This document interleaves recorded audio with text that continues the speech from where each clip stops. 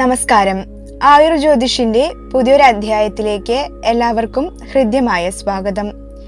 ഇന്നത്തെ വീഡിയോയിൽ ഇടവരാശിക്കാരായ കാർത്തികയുടെ 2, 3, 4 നക്ഷത്ര പാദങ്ങളിൽ ജനിച്ചവർ, രോഹിണി നക്ഷത്രം, മകീരത്തിന്റെ 1, 2 നക്ഷത്ര പാദങ്ങളിൽ ജനിച്ചവർക്ക് പുതുവർഷത്തിലുണ്ടാകുന്ന ഗ്രഹമാറ്റങ്ങളെയും വക്രമൗഢ്യസ്ഥിതികളെയും അപഗ്രഥിച്ചതിൽ നിന്നും ഉണ്ടാകാവുന്ന പൊതുഫലത്തെയും അതിലുപരിയായി അവർ ലോട്ടറിയിലൂടെയും മറ്റ് അപ്രതീക്ഷിത മാർഗങ്ങളിലൂടെയും ധാരാളം ധനം സമ്പാദിക്കാനും കോടീശ്വരന്മാരാകാനും അനുകൂലമായ കാലഘട്ടത്തെയുമാണ് ഞങ്ങൾ പറയുന്നത്.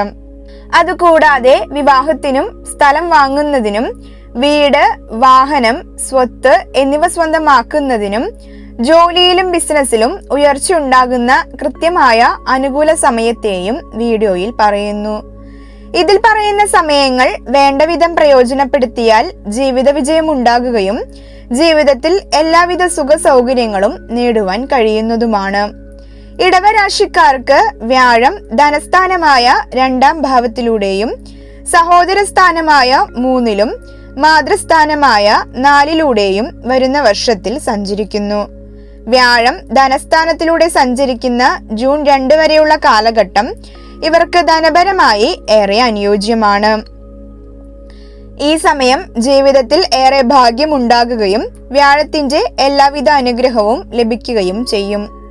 അതിനാൽ തന്നെ പുതിയ വാഹനങ്ങൾ വാങ്ങിക്കാൻ ആഗ്രഹിക്കുന്നവർക്ക് ശ്രമിച്ചു കഴിഞ്ഞാൽ പുതിയ വാഹനം വാങ്ങുന്നതിനും വീട് പണിയുന്നതിനായി ആഗ്രഹിക്കുന്നവർക്ക് വീട് പണിയുന്നതിനുമെല്ലാം സാധിക്കുന്നതാണ്. ഇടവക്കൂറുകാർക്ക് വ്യാഴവും ചൊവ്വയും ബുധനും ശുക്രനും അനുകൂലമാകുന്ന ഏപ്രിൽ 1 മുതൽ 30 വരെയുള്ള കാലഘട്ടം ജീവിതത്തിൽ ഇവർ കോടീശ്വരന്മാരാകുകയും ജീവിതത്തിലെ എല്ലാവിധ ലക്ഷ്യങ്ങളും നേടിയെടുക്കുകയും ചെയ്യും.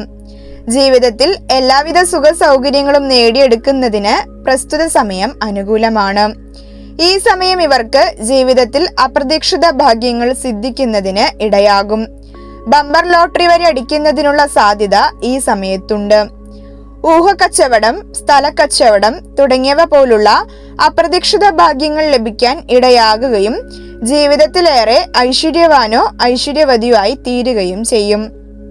മാത്രമല്ല, ഇതുവരെയും നടക്കാതിരുന്ന വിദേശഗമന യോഗം വരെ ഫലത്തിൽ വരുന്നതാണ്. 2026 ആണ്ടിൽ എല്ലാവിധ സുഖ സൗകര്യങ്ങളും നേടുന്നതിന് അനുയോജ്യമായ സമയമാണ് മേൽ പറഞ്ഞത്. ഇതുവരെ ജീവിതത്തിൽ ഉയർച്ചയില്ല എന്ന് വിഷമിക്കാതെ ഈ സമയം വേണ്ട രീതിയിൽ പ്രയോജനപ്പെടുത്തിയാൽ എല്ലാവിധ സൗഭാഗ്യങ്ങളും സിദ്ധിക്കും.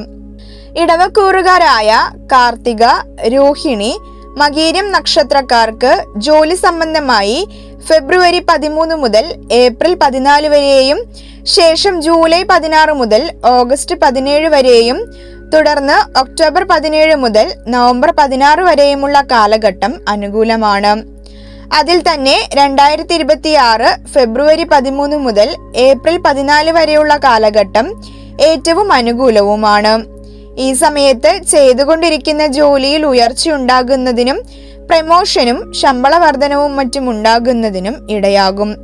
PSC എഴുതി ജോലിക്കായി കാത്തിരിക്കുന്ന ഉദ്യോഗാർത്ഥികൾക്ക് പുതുതായി ജോലി ലഭിക്കുന്നതിനും നിലവിൽ ജോലി ചെയ്തുകൊണ്ട് മറ്റൊരു ജോലിയിൽ പ്രവേശിക്കാൻ ആഗ്രഹിക്കുന്ന ഉദ്യോഗാർത്ഥികൾക്ക് നല്ല ജോലി ലഭിക്കുന്നതിനുമെല്ലാം ഇടയാകും.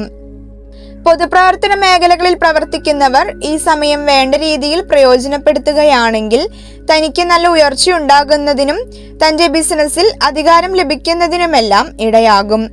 മാത്രമല്ല, ജാതകയോഗം കൂടി ഉണ്ടെങ്കിൽ പിതൃസ്വത്ത് ലഭിക്കാനും അനുകൂലമായ സമയമാണിത്.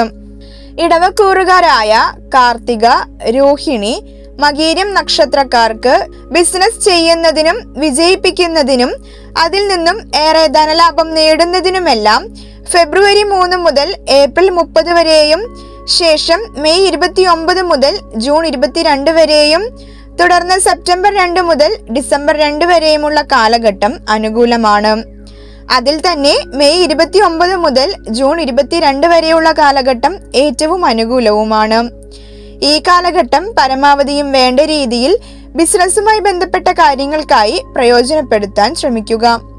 പ്രസ്തുത സമയങ്ങളിൽ പുതുതായി ബിസിനസ് തുടങ്ങുകയും സ്വന്തം ബിസിനസ്സിൽ പുതിയ ആശയങ്ങൾ ഉൾക്കൊള്ളിക്കുകയും ചെയ്യുകയാണെങ്കിൽ ഉറപ്പായിട്ടും ബിസിനസ്സിൽ വിജയം നേടാൻ സാധിക്കും. ഈ സമയങ്ങളിൽ പഠിക്കുന്ന വിദ്യാർത്ഥികൾക്ക് നല്ല കോഴ്സുകളിൽ ചേരുന്നതിനും PSC എഴുതുന്ന കുട്ടികളാണെങ്കിൽ നല്ല രീതിയിൽ പരിശ്രമിച്ച് ഈ സമയത്ത് പരീക്ഷ എഴുതിയാൽ അതിലെഴുതുന്ന പരീക്ഷകളിൽ ഒന്നിന് ഉറപ്പായിട്ടും ജോലി ലഭിക്കാൻ സാധ്യതയുണ്ട്.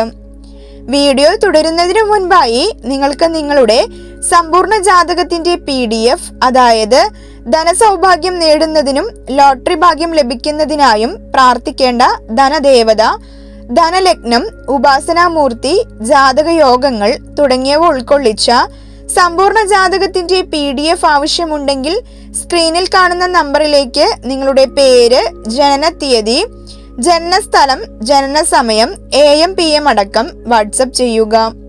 പുതുതായി വിവാഹം നോക്കുന്നവർ ദമ്പതിമാരുടെ ജനനവിവരങ്ങൾ തന്നാൽ കൃത്യമായ സോഫ്റ്റ്വെയർ അധിഷ്ഠിത വിവാഹ പൊരുത്ത നിർണയവും ചെയ്തു നൽകുന്നതാണ്.